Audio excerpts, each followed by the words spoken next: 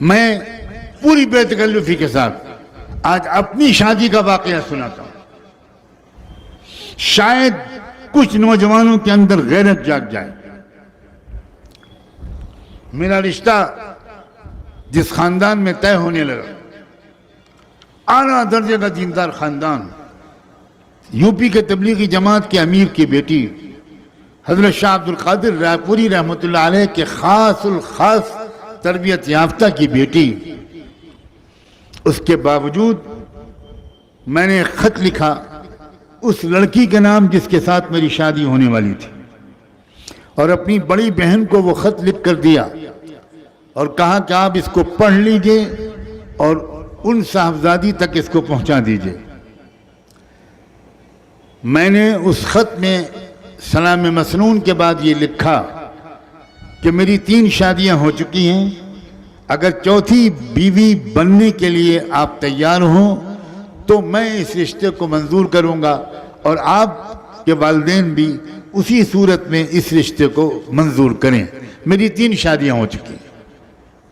آپ سب بھی حونلق بنے بیٹھے، 3 شادیاں؟ یہ حضرت اتنے رنگین تھے؟ نوجوانی میں یہ جوش، یہ حوصلہ، یہاں ایک سے ہی ٹیڑھے ہوئے جا رہے ہیں۔ گھبراؤ مت، میں اب اگلا جملہ بتاتا ہوں۔ میری ایک شادی ہو چکی ہے علم سے، میری دوسری شادی ہو چکی ہے ذکر سے، میری تیسری شادی ہو چکی ہے دعوت و تبلیغ اور اعلاء کلمت اللہ سے۔ اب چوتھی بیوی بن کر ان تینوں کی سپورٹ کے لیے اگر تیار ہو تو مجھے منظور ہے، ورنہ اپنی زندگی کو مشقت میں مت ڈالنا۔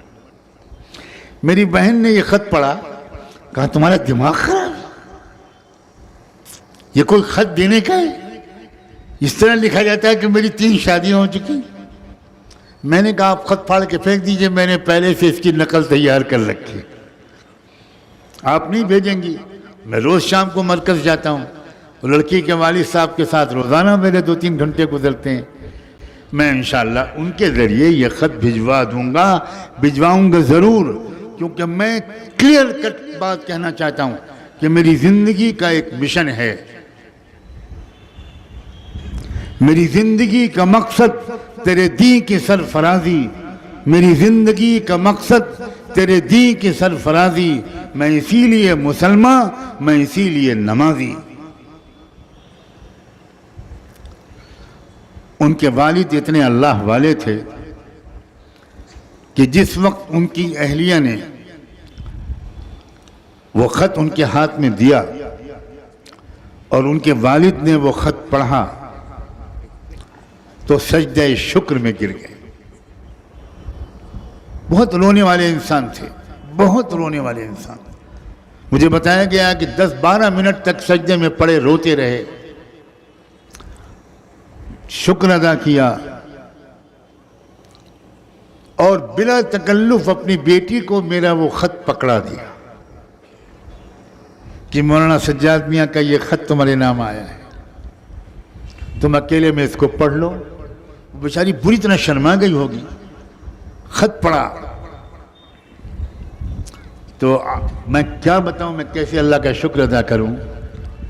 اس نے نیچے اس خط میں اپنے قلم سے ایک لائن لکھا کہ میں ہر مہینے میں 3 روزے اس پر شکر کی نیت سے مرتے دم تک ادا رکھوں اس نعمت پر۔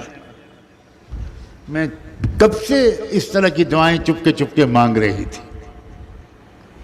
نوجوانوں، کچھ تمناؤں کو ٹھیک کرو، اسلام کو سمجھو، اسلام کے تقاضوں کو سمجھو، ہمتوں کو بلند کرو اور ایسے صاحب کردار بنو کہ تم میں سے کسی نہ کسی پہلو سے اس ملک کو، اپنے سماج کو، اپنے شہر کو، اپنے محلے کو، کسی نہ کسی طرح اس کے ایک فرد کو تم سے راحت ملے، ترقی ملے۔